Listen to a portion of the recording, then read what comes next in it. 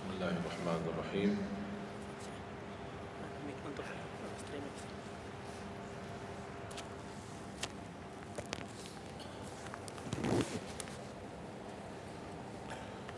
Assalamualaikum warahmatullahi wabarakatuh. Waalaikumsalam warahmatullahi wabarakatuh. Alhamdulillahi rabbil alamin. Ashhadu an la ilaha illallah wahdahu la syarika lah.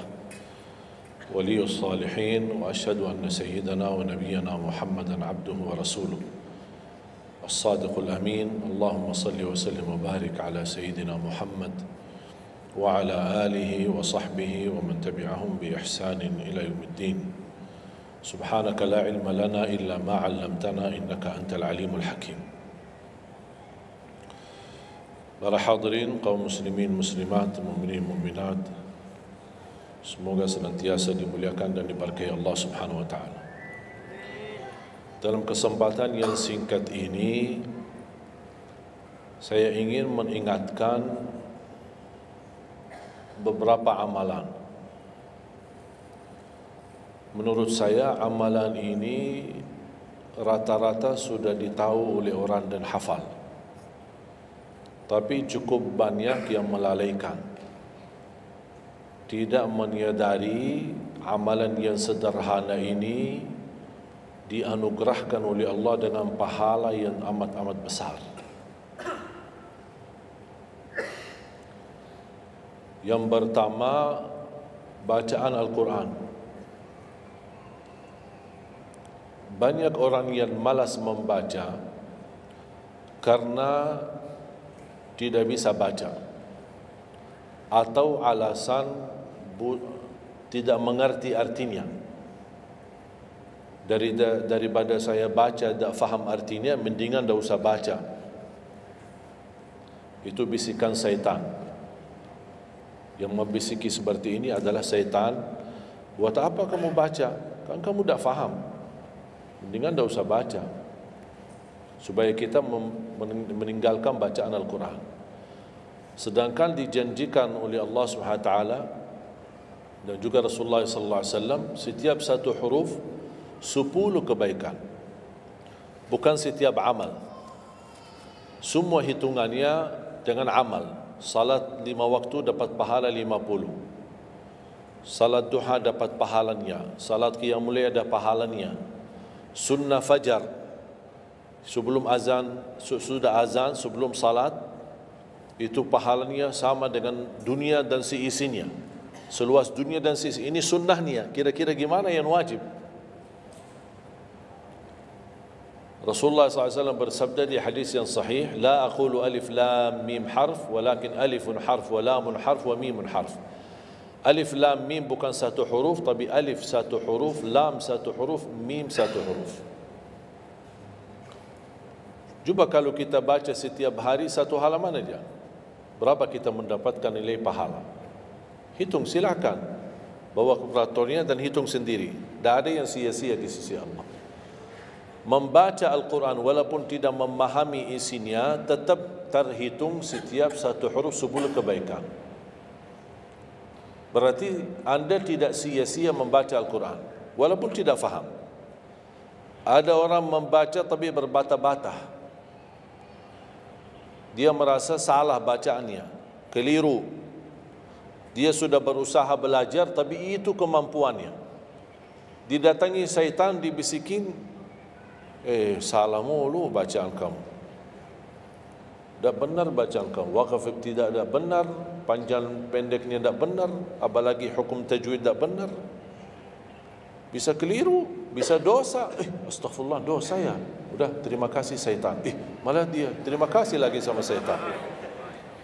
Dibisikin, didengarin, diterima, langsung dia rubah, tidak baca. Alasannya takut dosa. Padahal ada berita gembira dari Rasulullah SAW, al-mahiru bil-Qur'ani ma'as safaratil kiramil barara. Yang mahir dalam membaca Al-Quran, nanti di hari kiamat dia bersama malaikat safara kiram barara. Terus ya Rasulullah, gimana keadaan yang berbata-bata itu? Gimana? Walladhi yatata'ta'u fi wa huwa alaihi syaq lahu ajran. Barang siapa yang membaca tapi masih berbata-bata dalam bacaannya, bukan dosa, justru 2 pahala. 1, karena dia mau baca Al-Quran. 2, karena ada berbata-bata, kesulitan dalam membaca. Allah menghargai kesulitan, Allah berikan pahala. Berarti tidak ada rugi sama Al-Quran. Semenjak saya mengambil keputusan tidak memegang HP, saya sadari betapa banyak kita rugi berjam-jam, berhari-hari, berminggu-minggu, bahkan bertahun-tahun kita jauh dari Al-Quran. Aku heran ketika mendengar ada orang yang bisa lewat 1 bulan tapi tidak khatam Al-Quran. 1 bulan, 30 hari, berarti minimal setiap hari 1 juz. Dikali 30 hari, 30 juz. Ada orang 1 tahun dah khatam-khatam.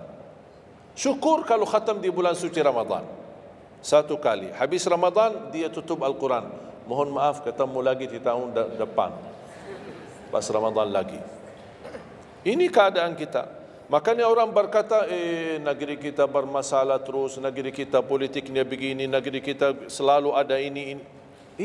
Perbuatan tangan kita. Di mana kita jauh hubungan kita sama Allah, Allah hantarkan musibah sampai kita sadar memperbaiki hubungan kita sama Allah. Salatnya, Qur'annya, ibadahnya. Itu kunci memudahkan dan mengatasi semua masalah.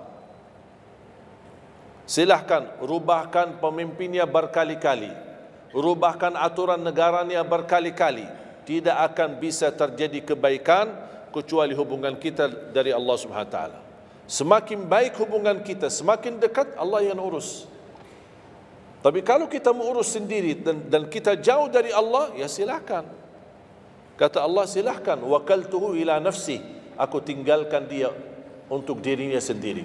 Dan siapa kira-kira yang bisa mengurusi dirinya kalau bukan bertolongan Allah Subhanahu wa taala?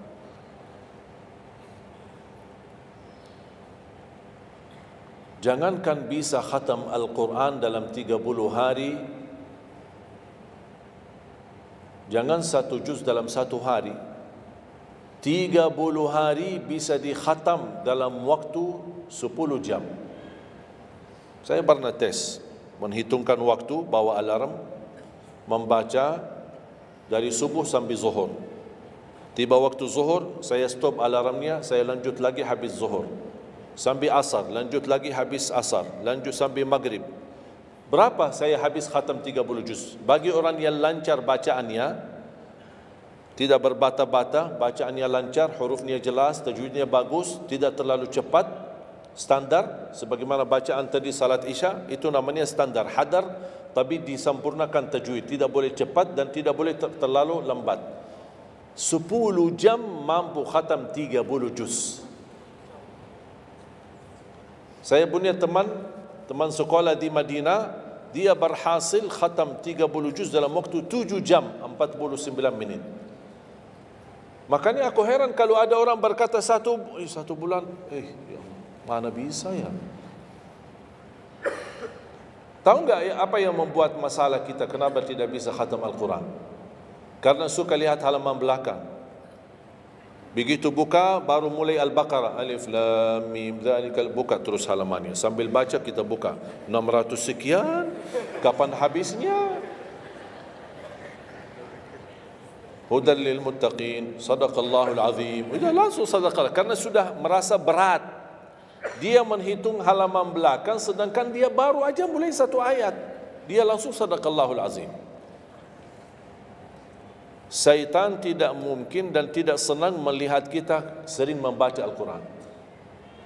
Kalau orang dulu susah baca Al-Quran wajar, karena susah menemukan Quran. Zaman sahabat cari kulit unta untuk tuliskan ayat yang Allah turunkan. Ada potongan ayat di Sayyidina Utsman, ada potongan ayat di Sayyidina Abu Bakar, ada potongan ayat di sana sini. Coba kumpulkan, susah. Makanya semuanya larinya kepada sahabat yang begitu datangnya wahyu, mereka langsung mendengar dari Rasul, langsung bisa hafal. Seperti Sayyidina Ubay bin Ka'ab radhiyallahu an, Zaid bin Thabit radhiyallahu an, Anas bin Malik radhiyallahu an, Uthman bin Affan. Jadi mereka datangin para penghafal Quran. Dia ada mushaf, dia ada Quran. dah ada HP bisa download Al-Quran 30 juz. Gimana?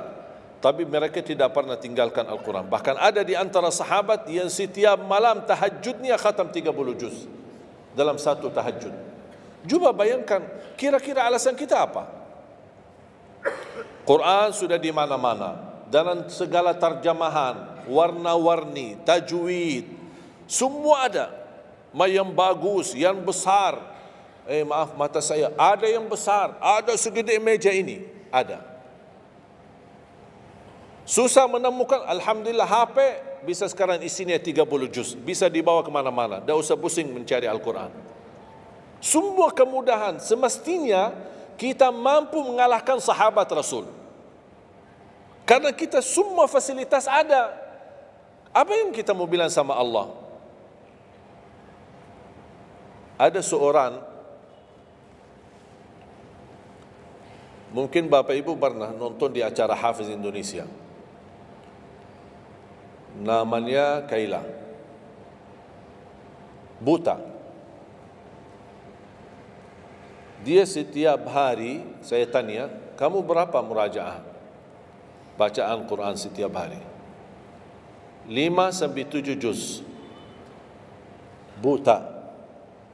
5-7 juz. Saya kaget. Tak paniakan. Kan kasihan kamu. Dan kebetulan kamu sudah punya uzur. Kalau tidak baca Al-Quran sama sekali, ana yakin Allah maafkan. Buta, dah bisa. Tahu enggak jawabannya apa? Saya malu sama Allah menjadikan buta saya alasan tidak baca Quran.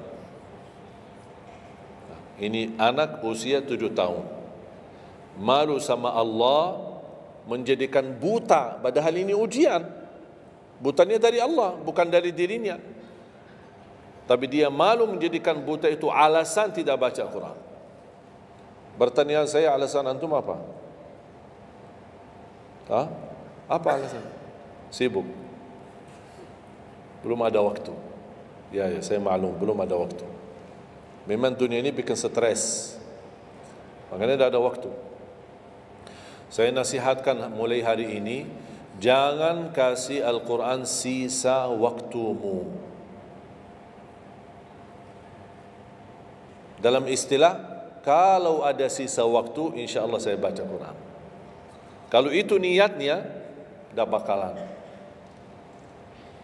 Tapi tolong utamakan Al-Quran dalam sehari-harimu. Minimal mulai harimu baca Quran, tutupi harimu baca Quran. Jangan tunggu sisa waktu. Wallahi Al-Quran keberkahannya luar biasa. Kesumbuhan, petunjuk, keberkahannya, menjaminkan ke surga, selamat siksa neraka, selamat dari siksa kubur. Banyak anugerah. Sayang. Kadang-kadang kalau kita mendengar ada seorang da'i atau seorang ustaz, materi-materi bukunya bagus, isinya bagus, kita kejar. Di mana buku itu jual? Kita cari informasi, di mana buku itu jual? Ini tulisan manusia. Kita kagumi, kita banggakan, kita suka dan kita ikuti, bahkan kita kejar di mana-mana. Al-Quran kalamullah. Masa kalam manusia lebih mulia di hati kita daripada kalamullah? Silahkan boleh kagumi apa penyampaian ustaz, da'i, tapi jangan melebihi apa kata Allah. Jangan kita terharu ketika mendengar seorang berceramah, tapi berkali-kali kita simak ayat suci Al-Quran tidak pernah meneteskan air mata, seperti mendengar surat kabar atau koran. Masalah. Ternyata ucapan manusia lebih menyentuh hati. Padahal kata Allah, kalau Al-Quran diturunkan di atas gunung bisa hancur jadi tanah basir. Kembali lagi, jangan lewat satu hari belum baca Quran. Tidak bisa baca, masih bisa simak, dengar. Setelkan murattal dari HP-mu. Manfaatkan kondisi macet di Jakarta. Manfaatkan, lagi naik motor, Taruh apa ruginya? Ruginya apa? Simpan handsfree di telinga, ya sambil bawa motor. Dengarin ayat suci Al-Quran. Nikmat, berkah, dalam lindungan Allah, disertai malaikat. Apa ruginya? 1 jam di dalam perjalanan, tidak ada rugi. Terhitung memang umur kita, tapi sudah diisi mendengar Al-Quran. Juga banyak waktu. Nikmat. Kalau saya merasa kesibukan mengganggu sampai tidak ada luang waktu cukup untuk saya bisa baca tilawah di rumah, saya menikmati di jalan. Apalagi kalau mau pergi ke acara, apalagi kalau keluar kota, berjalan lumayan jauh, nikmat. Ya Allah, mudah-mudahan macet terus. Nikmat. Macet ini menjadi nikmat. Dah fikir macetnya karena lagi melihat Al-Quran. Beda sama orang, hanya sepanjang berjalan cat HP, HP. Merasa bosan. Sudah semua cat sudah dilewati, semua SMS sudah dibalas, semua pesan-pesan sudah dibaca. Akhirnya bosan. Macet mulu ini Jakarta. Nanti temannya di sebelah, kalau bukan macet, bukan Jakarta loh. Itu habis waktu, sia-sia. Padahal Al-Quran ini kita baca tidak mesti dalam keadaan wudu. Apalagi kita dalam perjalanan, kita naik motor atau naik mobil, kita bisa dengan handphone kita, HP kita. Ada orang terus, gimana saya membawa Al-Quran terus saya tidak berwudu? Kan kamu menyentuh HP, bukan menyentuh Al-Quran. Bersentuhan dengan HP. Jadi saya harap sekali lagi mohon dengan sangat, kalau boleh terima permohonan saya, tolong tinggikan perhatianmu kepada Al-Quran. Ingin berkah rezeki, berkah umur, sihat wal afiat, bahagia selamat dunia akhirat, tolong perhatikan Al-Quran. Semakin banyak perhatian kamu kepada Al-Quran, semakin banyak perhatian Allah kepadamu. Terserah kamu milih. Mau dapat perhatian dari Allah cuma 1 jam, ya udah 1 jam aja baca Quran. Mau perhatian dari Allah selalu, sudah selalu bersama Al-Quran. Karena ini Al-Quran kalamullah, bukan makhluk, bukan diciptakan, diturunkan. Kalamullah, ucapan Allah Subhanahu wa taala. Masa kita tidak tertarik? Cukup karena ini kalamullah, itu sudah cukup membuat kita tertarik. Masa kalam manusia lebih kita tertarik daripada kalamullah? Belum apalagi dijanjikan setiap satu huruf 10 kebaikan.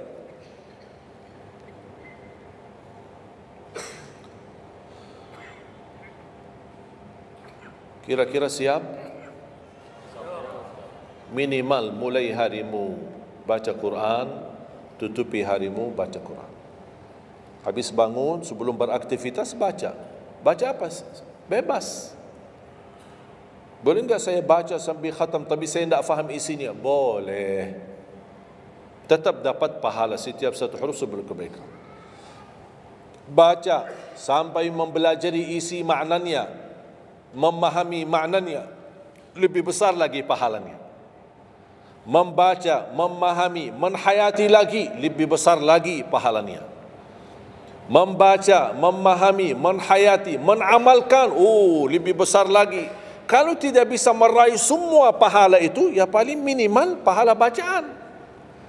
Kalau saya tidak dapat meraih pahala menhayati, pahala memahami, pahala menamalkan, apalagi saya orang awam tidak begitu mengerti apa yang semestinya saya amalkan, la yukallifullahu nafsan illa wus'aha. Amalkan sesuai kemampuan. Ada pelajaran ayat yang dibacakan tadi, kita bisa ambil maknanya, kita mengambil kesimpulannya. Jangan kita menjadi seperti golongan yang datang hari kiamat malah minta tolong diselamatkan oleh Allah dari neraka. Kalau di hari kiamat tidak bisa saling menolong, tidak bisa. Sekarang kita masih bisa saling membantu dan saling menolong. Dan di antaranya menolong diri sendiri. Jangan menunggu di hari kiamat. Jangan kita bisa menolong, tolong menolong. Di hari kiamat orang tua tidak bisa menolong anaknya. Anaknya pun larikan diri daripada orang tua. Tidak ada yang mau kenal. Cuba baca akhir surat Abasa. Yauma yafirrul mar'u min akhihi. Di hari itu kakak adik melarikan dirinya dari saudaranya. Wa ummihi wa abi, melarikan diri pada bapaknya dan ibunya. Biasanya kalau kita ketemu orang tua, kita senang bertemu, mohon doanya, apalagi yang orang-orang yang tinggi berbakti baik sama orang tuanya. Kalau di hari kiamat mau sendiri-sendiri. Jangan kita yang melarikan diri sendiri. Para nabi dan rasul semuanya doanya salim salim, ya Allah selamatkan, ya Allah selamatkan. Ini nabi, kira-kira kita gimana? Yauma yafirrul mar'u min akhihi wa ummihi wa abihi wa sahibatihi wa bani. Sampai dari istrinya pun dia melarikan diri. Mohon maaf, sendiri-sendiri. Saya tidak bisa tolong kamu. Jangankan kita sama istri kita atau sama anak-anak kita. Rasulullah sallallahu alaihi wasallam pernah berkata sama Siti Fatimah, anaknya Nabi Muhammad, ittaqillah fa inni wallahi la ughni anki min Allahi syai'a. Hei anakku Fatimah, bertakwalah kepada Allah, karena aku tidak bisa membantu kamu nanti di kemudian hari. Sendiri-sendiri. Salim salim, selamatkan ya Allah. Ini kesempatan. Sebelum kita menjadi na'udzubillah salah alamat daripada ke surga menjadi ke neraka, kita sekarang perbaiki kemana arahan kita, kemana jalan kita. Kita yang milih, tidak ada yang memaksa. Taat, Allah hanya menyuruh kita taat, tapi Allah tidak pernah maksa. Kira-kira kalau tidak salat dapat pukulan? Dapat pukulan? Ada yang memukul kita? Ada yang melemparkan kita dalam batu sampai bata kepala kita? Ada? Tidak ada. Taat, Allah menyuruh taat, tapi Allah tidak pernah maksa. Sama juga syaitan, menyuruh kita dosa maksiat, tapi syaitan tidak pernah maksa kita. Sebagaimana ayat tadi dibacakan, ayat surah Ibrahim ayat 22, syaitan berkata, aku tidak punya kuasa di atas kalian, tapi aku hanya menyuruh kalian terlalu cepat taati. Kata syaitan, terlalu cepat respon, aku hanya menyuruh. Da'autukum fastajabtum li. Makanya sekarang jangan menyalahkan saya, tidak bisa bantu kalian, dan kalian pun tidak bisa bantu aku. Kita dua-duanya dijerumuskan dalam neraka, na'udzubillah min dzalik. Oleh karena itu, jemaah sekalian, kesempatan, mumpun masih kita umur, masih punya kesehatan, manfaatkan. Karena akan datang satu saat, sekarang bukan masalah umur, masalah sehat. Tiba-tiba bisa sakit, virus di mana-mana. Kemarin saya punya saudara saya baik-baik aja, tidur bangun sakit, sampai matanya, mukanya macam sakit. Tiba-tiba dah bisa berbicara baik-baik, dah bisa baca Al-Quran dengan baik, dah bisa salat dengan baik. Ini kan mengganggu. Makanya Rasul mengingatkan, ketika anda sehat dan masih punya umur, jangan sia-siakan, karena akan datang satu saat anda tidak sehat dan tidak bisa maksimal ibadah. Selama anda masih bisa dan mampu maksimal ibadah, manfaatkan, jangan dirugikan. Akan datang satu saat anda tidak bisa. Saat anda berdiri, manfaatkan salatmu saat berdiri. Besok akan datang satu saat anda tidak bisa berdiri. Bahkan ada orang yang ingin sekali sujud, tapi dia bisa karena sakit lutut. Dia tidak bisa lipatkan kakinya, tidak bisa sujud. Betapa banyak orang yang merugi ketika dia sehat, dia tidak memanfaatkan dan menikmati ibadahnya. Yang kedua, doa azan. Setiap hari kita mendengar azan 5 kali. Sayang sekali banyak yang sibuk dengan handphonenya. Azan ini panggilan Allah.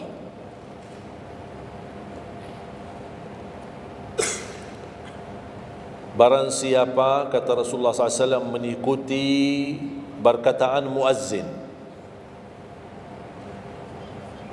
Artinya muazzin mengucapkan Allahu Akbar, kita ucap Allahu Akbar. Asyhadu an la ilaha illallah, asyhadu an la ilaha illallah, asyhadu anna Muhammadar Rasulullah, asyhadu anna Muhammadar Rasulullah. Habis wa asyhadu anna Muhammadar Rasulullah, kita berkata wa ana asyhadu an la ilaha illallah wahdahu la syarikalah wa anna Muhammadan abduhu wa rasuluh. Raditu billahi rabba wa bi Muhammadin nabiyya wa bil islami dina. Sebagaimana diriwayatkan Imam Muslim.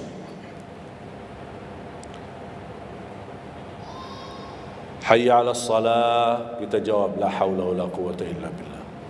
Apa hikmahnya di sini la haula wala quwwata illa billah? Ya Allah, kami tidak punya daya dan kekuatan untuk menghadiri panggilan-Mu kecuali dengan pertolongan-Mu ya Allah. Karena hayya 'alas salah butuh gerak. Bergerak, datang.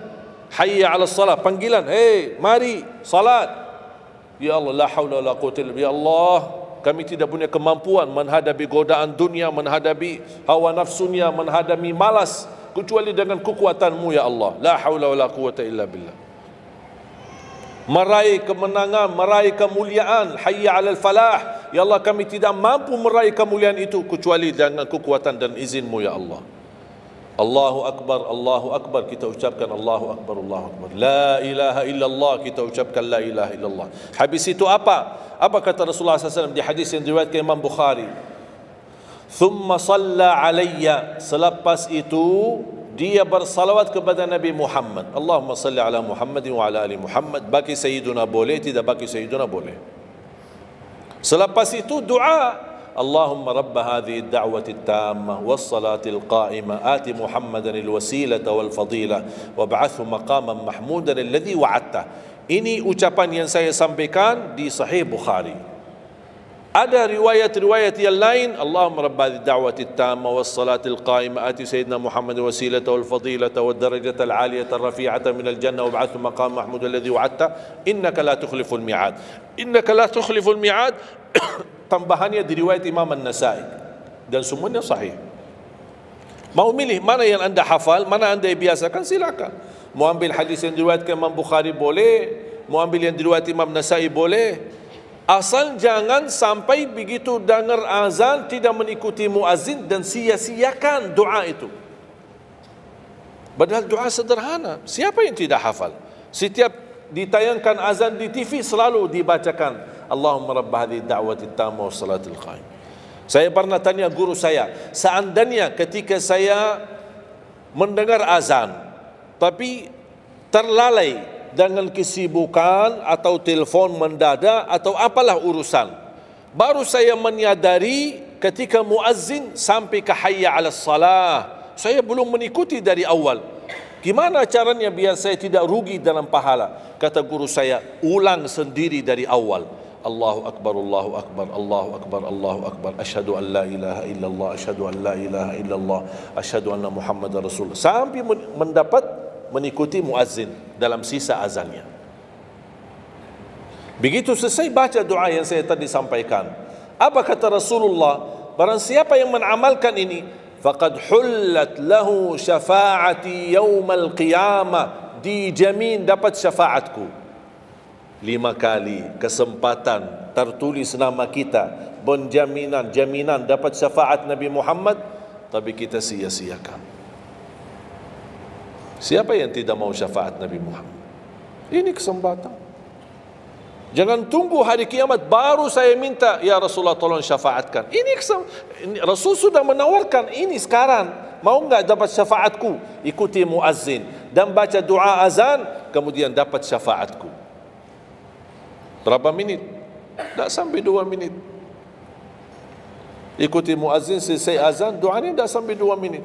Allahumma salli ala Muhammad wa ala ali Muhammad. Allahumma rabb ad-da'wati at-tammah was-salati al-qa'imah ati Muhammad. Dan sampai akhir. Innaka la tukhliful mi'ad. Berapa lama? 2 minit? 3 minit? Tak apa-apa, 5 minit. Tapi dapat jaminan syafaat Nabi Muhammad. Hanya waktunya cuma 5 minit. Kira-kira siap? Mulai hari ini? Menurut saya, yang saya sampaikan wallahi sederhana, sangat sederhana, tapi butuh perhatian aja, butuh perhatian. Yang ketiga, jangan tinggalkan sunnah qabliyah subuh. Walaupun anda malas menjaga sunnah qabliyah ba'diyah. Kalau anda merasa diri malas, banyak kan ada sunnah qabliyah ba'diyah. Kan ada sunnah qabliyah zuhur, ba'diyah zuhur, ada qabliyah ba'diyah maghrib, ba'diyah isya, qabliyah subuh. Kalau anda merasa malas melaksanakan sunnah-sunnah, minimal jangan tinggalkan sunnah subuh. Pahalanya lebih besar daripada dunia dan seisinya. Walaupun anda telat bangun, sudah kesiangan, tetap wajib ambil air wudu, laksanakan sunnahnya, baru salat subuhnya. Walaupun anda bangun jam 11 siang. Tetap banyak orang karena ketiduran dan terlewat waktunya, dia tidak salat subuh. Terus ini hutang, wajib bayar. Dan tidak bisa besok ganti subuh 2 kali. Tidak ada di dalam agama. Subuh, ya udah, ya Allah, nawaitu salat subuh yang kemarin karena saya ketiduran lillahi ta'ala. Udah bisa. Apa kata ini? Bukan, mohon maaf, ini bukan kata saya supaya orang jangan ini pendapat baru. Bukan kata saya, tapi kata Rasulullah SAW. Bukan kata Majlis Ulama Indonesia, bukan kata saya, bukan kata siapa-siapa. Kata Rasulullah sallallahu alaihi wasallam di hadis yang sahih, "Man nama an salatin aw nasiyaha falyusalliha mata dzakaraha, la kaffarata laha illa dzalik." Ya Allah, terima kasih ya Rasulullah. Sepertinya Rasul sudah diberitahu umatnya bakal ketiduran banyak dari salat. Makanya sudah diberikan solusi.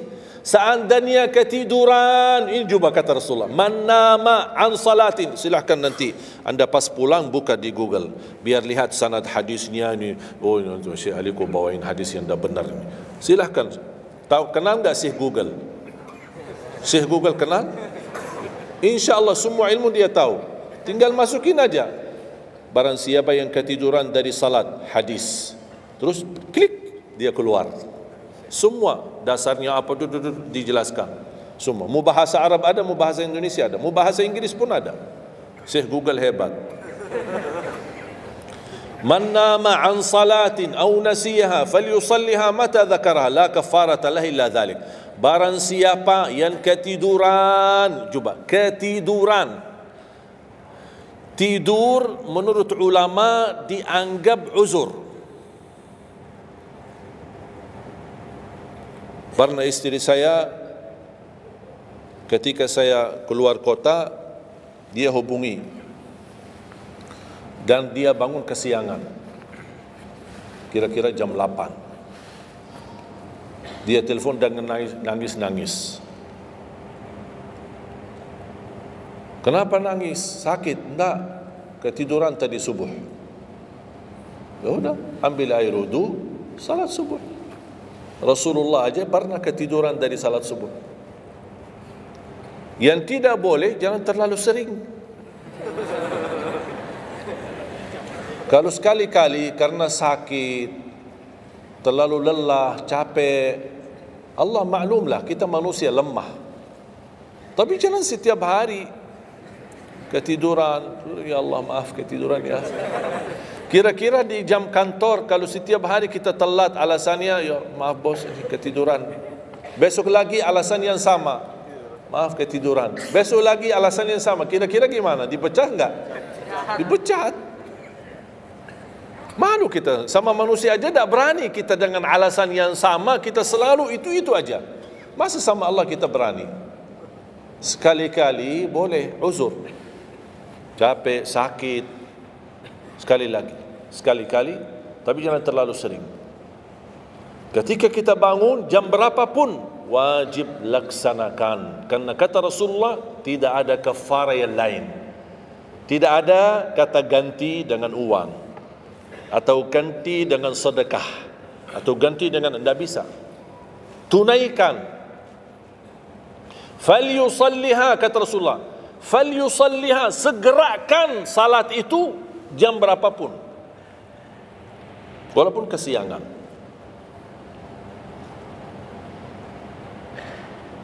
Jelas? Sering ya ketiduran ya? Saya juga berapa kali ketiduran. Bukan berarti saya tidak pernah ketiduran, berapa kali. Bisa ada orang habis tahajud, terlalu lelah, capek, dia mau hanya istirahat saja di atas sajadahnya. Pas bangun sudah jam 7. Padahal Masya Allah tahajud. Semangatnya tahajud tapi ketiduran salat subuh. Makanya ini harus disesuaikan kemampuan. Anda merasa diri kalau salat tahajud 8 rakaat, bangun jam 2, ya Allah kuat, tidak kuat ini. Kembali kepada kemampuan. Tahajud tidak harus 8 rakaat. Tahajud tidak harus 20. 2 rakaat, tutup witir sudah tahajud. Dan tahajud pun salat malam tidak harus tidur dulu. Ada orang, harus tidur walaupun tutup mata sebentar terus buka lagi. Ini ilmu baru di Indonesia ini. Saya pernah share satu video, ada satu komen dari jamaah, enggak, saya belajar harus tidur dulu walaupun tutup mata sebentar terus buka lagi. Kembali kepada kemampuan. Ada yang biasa tidur, bangun tengah malam, sepertiga akhir, itu lebih afdal. Tapi ada yang tahu dirinya, kalau saya tidur mana bisa bangun. Udah, mendingan daripada tidak ada tahajud malam itu, mendingan kita salat. Dan ini bukan kata saya dan bukan kata ulama, tapi kata Rasulullah sallallahu alaihi wasallam. Sebagaimana di hadis yang sahih kata Abu Hurairah radhiyallahu an, pernah Rasulullah menwasiatkan aku jaga witir sebelum tidur. Berarti Rasul mengizinkan kita melaksanakan ibadah salat malam, di antaranya witir sebelum tidur. Umar bin Khattab radhiyallahu anhu punya kebiasaan witir sebelum tidur. Ditanya, kenapa witir sebelum tidur? Dia kata, saya takut meninggal dunia dalam keadaan tidur, belum tertulis nama saya sebagai ahli witir. Saya punya kebiasaan, habis pulang ke rumah, sebelum tidur ambil air wudu, salat 2 rakaat sunnah wudu, kemudian salat 2 rakaat muqaddimah witir, kemudian 1 rakaat witir, baru saya tidur. Kalau dapat bangun lagi, alhamdulillah bisa tahajud, tapi tidak boleh witir lagi karena sudah witir duluan. Sudah faham? Sederhana enggak Islam ini? Sederhana. Banyak orang yang berkeinginan tahajud, berkeinginan salat witir, tapi katanya harus tidur. Saya orang yang berat tidur. Kalau saya tidur mana bangun lagi? Udah, kesempatan bisa anda laksanakan sebelum tidur. Ada orang yang memang tidurnya aja akhir, jam 12, jam 1 baru dia bisa tidur. Ya mendingan daripada tidak salat malam sama sekali, mendingan salat dulu baru tidur. Dapat bangun alhamdulillah, tidak dapat bangun sudah tertulis namamu sudah salat, sudah ahli witir. Innallaha witir yuhibbul witir fa'autiru. Allah maha witir, Allah maha witir, Allah cinta witir, jagalah witir. Dan ini termasuk 2 sunnah yang Rasul tidak pernah tinggalkan, sunnah subuh sama sunnah witir. Sakit, sehat, mukim, di dalam kota, musafir, keluar kota, perang, aman, damai, tetap tidak pernah tinggalkan 2 sunnah itu, sunnah subuh sama sunnah witir. Itu kebiasaan Rasulullah SAW. Kalau anda merasa pun sakit, tidak bisa berdiri, tidak bisa qiyam, bisa anda laksanakan witir dalam kondisi duduk. Yang terakhir, ayat al-kursi.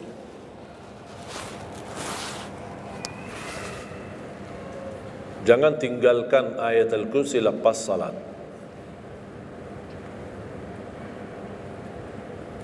Jangan tinggalkan ayat kursi lepas salat. Salat wajib. Sama ketika mau tidur, cuma 1 ayat, tapi tahu enggak pahalanya apa? Kan habis salat kan ada zikir-zikiran, istighfar, kamu tasbih dan yang lain-lain. Di antaranya baca ayat kursi. Tahu enggak pahalanya apa? Ada yang pernah baca pahalanya apa? Barang siapa yang membaca ayat al-kursi setiap habis salat fardu, laisa bainahu wa bainal jannati illa an yamut. Tidak ada sesuatu yang mampu menghalanginya masuk surga kecuali menunggu mati. Cuma baca ayat kursi. Dan ketika mau tidur, lagi buru-buru, ada meeting, ada rapat, ada urusan mendadak, habis salat, astaghfirullah, astaghfirullah, astaghfirullah, Allahumma antas salam wa minkas salam, sampai selesai, langsung baca ayat kursi. Terus subhanallah itu yang lain-lain gimana? Tak apa-apa, sambil jalan.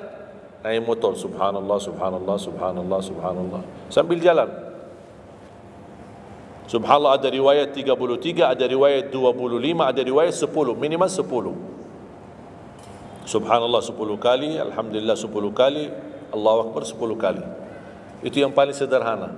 Saya bagikan ini, biasanya kalau saya isi di kementerian atau di pejabat, saya kasih zikir-zikir begitu. Pak, subhanallah cuma 10 kali. Biasanya kita tahu 33. Lah, ini khusus buat pejabat. Yang penting zikir, supaya jangan tinggalkan. Zikir. Banyak orang sibuk, mendadak ada urusan, udah zikir. Subhanallah cuma 10 kali. Subhanallah 10 kali, alhamdulillah 10 kali, Allahu Akbar 10 kali. Itu paling cepat. Subhanallah. Ternyata di dalam agama ada yang juga hemat. Hemat sederhana tapi pahalanya tetap besar. Dan dikuranin. Tidak ada pahala yang hemat. Semuanya pahala sempurna. Semuanya pahala agung. Sempurna dan luar biasa dahsyat balasan Allah Subhanahu Wa Taala. Makanya jangan disia-siakan. Yang sederhana ini, makanya saya buat buku 20 amalan ringan tapi pahalanya sangat menakjubkan. Karena selama saya di Indonesia, saya sudah tahu prinsip orang Indonesia. Orang Indonesia tidak suka yang ribet-ribet. Yang ribet-ribet tidak suka. Yang susah-susah tidak suka. Orang Indonesia mau mudah yang ingat, mudah dihafal, mudah diamalkan dan masuk surga. Itu orang Indonesia. Ya, jadi yang susah-susah, iya, gimana ini suruh baca 1000 kali? Iya, mana ada waktu 1000 kali? Baca ada sudah 100 kali, udah ngantuk. Saya kasih yang sederhana. Kenapa saya kasih? Karena kemampuan beda-beda. Ada yang tekadnya tinggi, kemampuannya luar biasa dahsyat, bisa ribuan kali dia berzikir, dia silakan. Tidak ada yang melarang kita berzikir, bebas, berapapun. Tapi ada yang malas. Udah. Jadi alhamdulillah di dalam ajaran Islam kita ada malas ya, ini pilihan malas. Makanya saya bikin 20 amalan. Dan ini buku 20 amalan ringan, pahalanya sangat menakjubkan. Pahalanya sangat besar walaupun amalannya ringan, mudah, sederhana. Dan buku ini hanya laku di Indonesia, tidak laku di Arab. Karena cocok dengan budaya Indonesia, saya sudah hafal budaya Indonesia. Sama dengan bacaan. Mohon maaf tadi kepanjangan insya.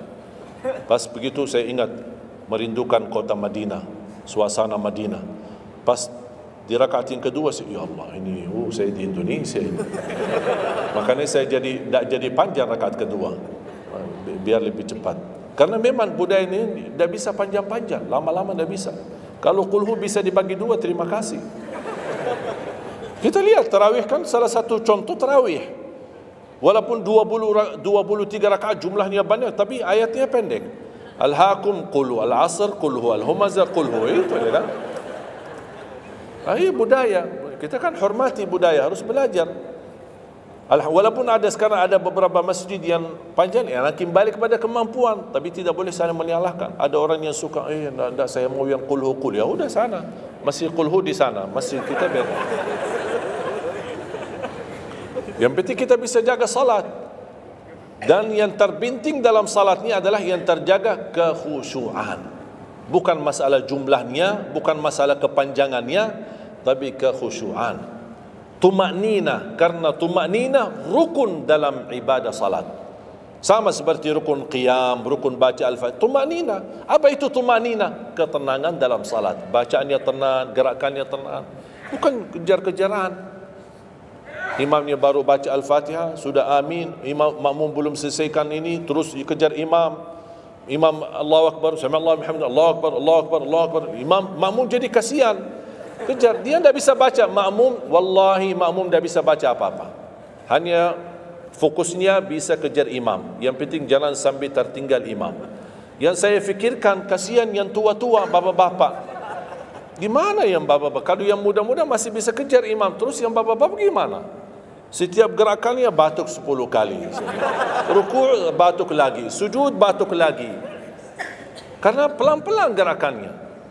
Saya pernah ada satu kejadian ketika masuk salah satu kampung, kita lewati, saya mampir, samping saya ada bapak lumayan tua, gerakannya juga pelan-pelan. Yang saya kasihan, Imam Allahu Akbar. Saya suka pas ketika takbir. Allah. Bismillahirrahmanirrahim. Alhamdulillahirrahmanirrahim. Astagfirullahaladzim, saya kaget.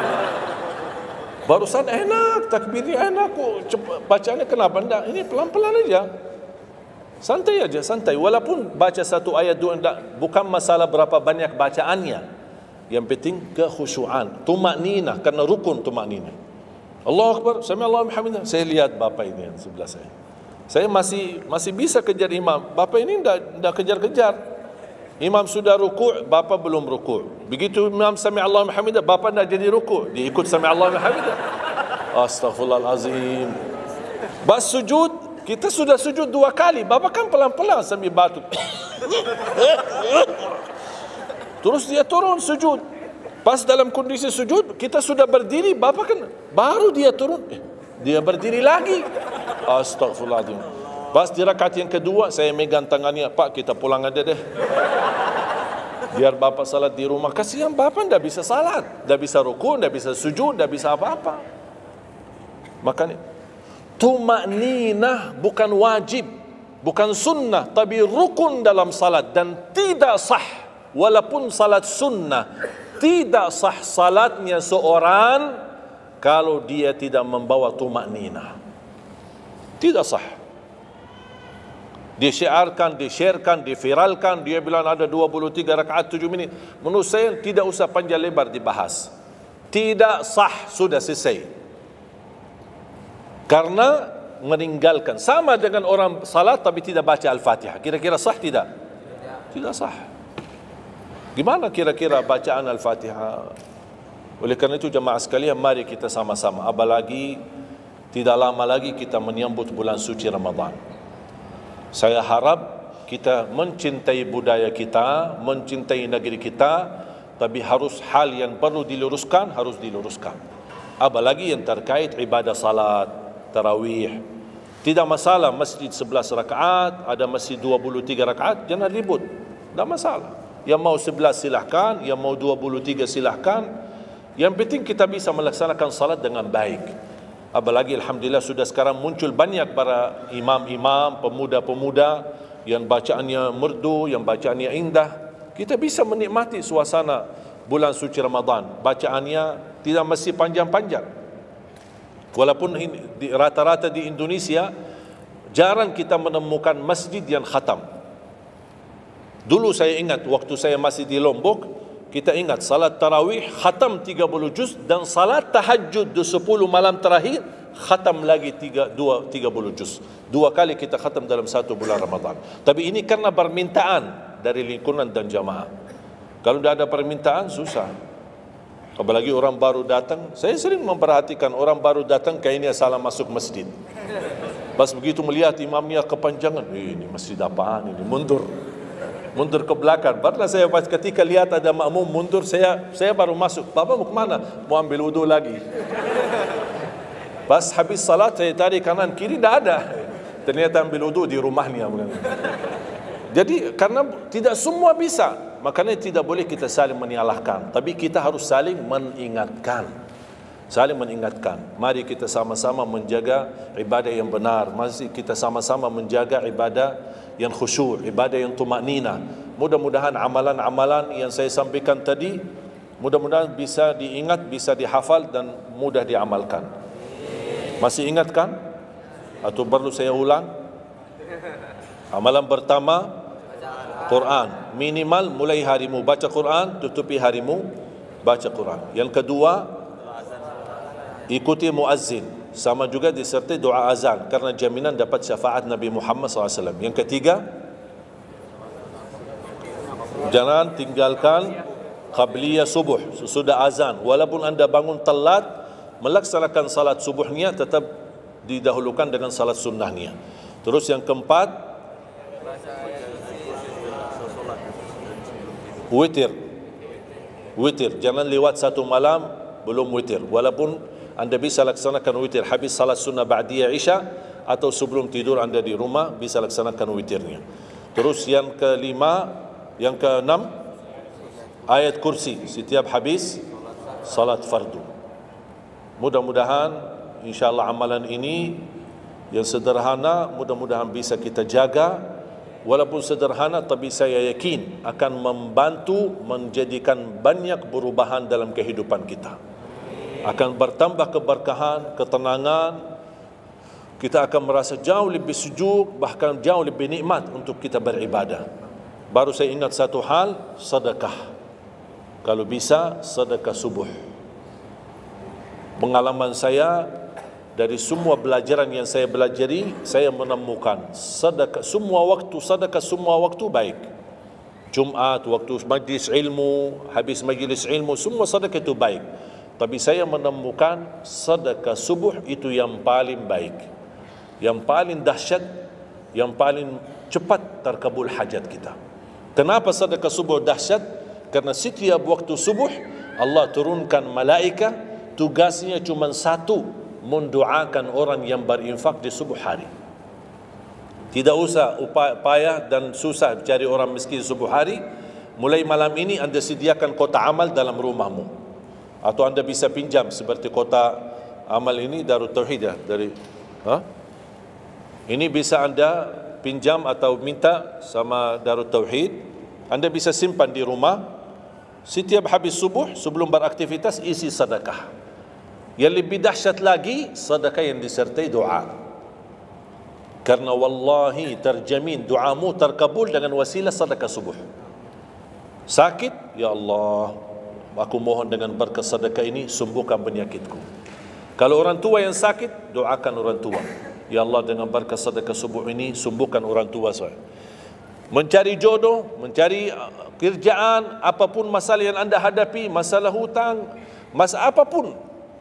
Orang tua sudah meninggal, ya Allah aku mohon dengan berkat sedekah ini titipkan pahala sedekah ini untuk kedua orang tuaku.